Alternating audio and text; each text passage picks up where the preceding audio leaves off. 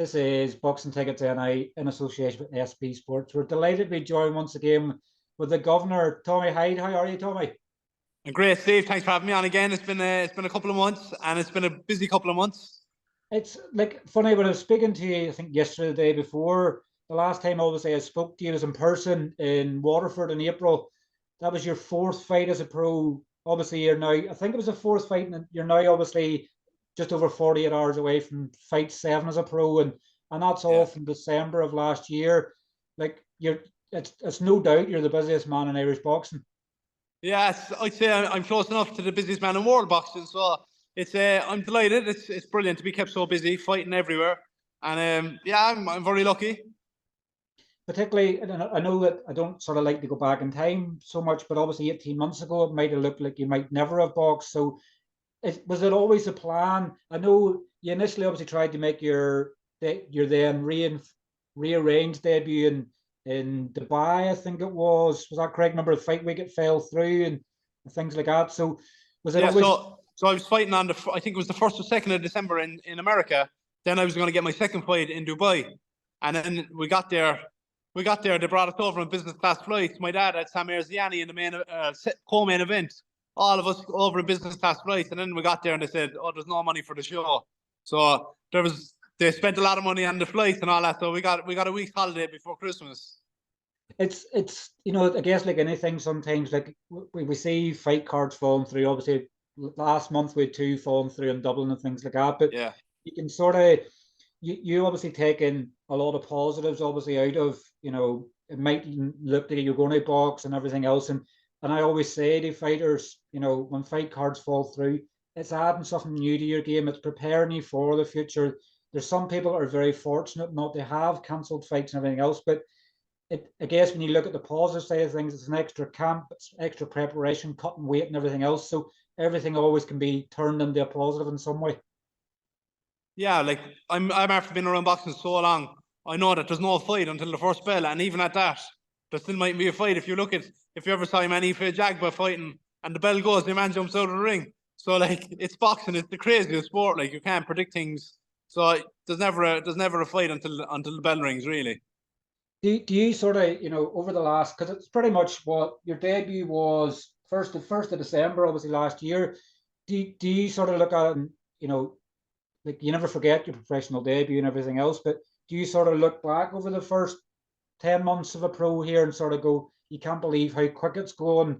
Obviously your dad's obviously the experience for years and years. You probably knew he was going to keep you as busy as he could, but could you imagine that within 12 months of a pro, you're going to have 8 pro fights? I could, to be honest, because the start of this year, said the 2023, we were actually thinking of having a fight every month, but we kind of slowed it down a little bit then, and so we just settled for the 8. We got a bit lazy and settled for 8. I guess it's one of these things, isn't it? To say like, I can't think of anybody. I think Sean McComb maybe might have done about 8 fights in a year as well. So like it sets you up perfectly. You can't even think of what your amateur sort of style and stuff was now, because you're in this time you're having to learn rather than being in someone's gym sparring them or something. And you're still sparring away with people as well, but the best place to learn is in the ring. So for you to have 8 fights within a year, that sets you up perfectly for what the next step's going to be moving forward. Definitely, I'm not after getting any knockover jobs. They've all come to win. They've all come to fight. So I haven't had any easy fights yet. So they're all good learning fights. We're stepping up bit by bit, gradually stepping up all the time, which is very important. My dad's after managing so many fighters, so he knows the crack. He knows the game. I was looking there. Obviously, I think you've only had one fight where obviously someone hasn't had what I would classify as a positive record, so the more wins and defeats. Yeah. So this is fight 7, and obviously it's 6 out of 7 fights fighters have had a winning record, and obviously your opponent on Saturday night, a Mexican of all sorts. Mexican can turn up obviously in different ways, but obviously you're fighting a very experienced Mexican, and Abraham Hernandez Meja. That might be the first foreign fighter's name I've got right. Yeah, I'm not sure if you got it right, but it seems fairly close anyway. But what was it? Yeah, He's a good opponent. I watched a little bit of him. He's after been in there with some good opponents, and he fought Callum Smith. Callum Smith Callum Smith knocked him out, but I'm hoping to do the same. Callum Smith's one of my favourite fighters to watch, so I'd like to do the same job. But this Mexican is coming off two good performances. He had a draw and a win against a good lad. So yeah, it's all good. It's all positive, and I'm looking forward to a good performance on Saturday. And like you've already experienced, obviously, fighting in a pro hall. You've already experienced fighting as a pro at home. Does it still feel as exciting to you? Obviously, now when you've done something once, it's hard to replicate it, and hard to enjoy it the same way. Do you still have that sort of feeling in you? That sort of you're nervous for fighting in front of for your own friends and family at home. I'm probably more excited this time than the first time because I know how good it was the last time, the atmosphere and the buzz around it, and just seeing everyone there. Do you know what I mean? It was a great buzz. So this time I'm even more excited. I'm looking forward to a brilliant night, and just going back. Like afterwards, we were celebrating in our own bar, literally 5-minute walk down the road, and it was just unreal. It was like it couldn't ride any better. I think this one will be better though. I think this is going to be a better performance by myself. I actually wasn't too happy with the last performance. It would have been great to get the knockout, but my opponent was fairly tough. He didn't really engage much, which didn't help me. But I got to 6 rounds of my first time going the distance, so it was good to get the rounds in.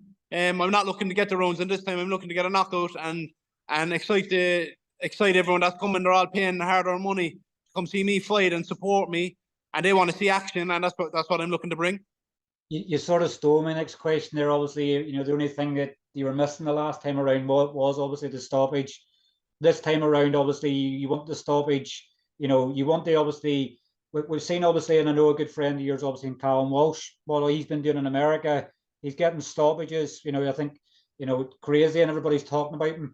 Everybody's talking about you in the right way as well. But it's the stoppages that obviously keep people coming, keep people talking, and that's what you want. You want to be able to deliver yourself to the next stage now moving forward. Brilliant. It's brilliant. Callum's getting the knockouts, and everyone loves seeing knockouts. People are coming to boxing because they want to see people getting hurt. They want to see knockouts, and that's what I want to do. I'm after getting my experience in the last 2 fights. I went the distance twice now against two tough fellas that don't get stopped. So this time now I'll be getting the stoppage. I'll be getting the knockout, and hopefully it's a good knockout too. That's the thing. Sometimes like I guess when you pair yourself up with a Mexican, he's going to come and he's going to try and open up. You don't want to have a negative opponent that wants to survive. You want someone that's going to come and give hands or money's worth, so that you can find an opening to take him to town, pretty much.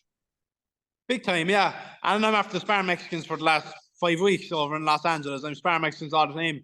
I know what they bring. The majority of them are very tough boxers. They come forward, they're looking for a scrap, and that's good. That's great. It's great for people coming to watch the fight. They want to see a good fight, an action-packed fight, and I think that's what they're going to get on Saturday. They're going to get an action-packed fight, and I'll be there ready for it.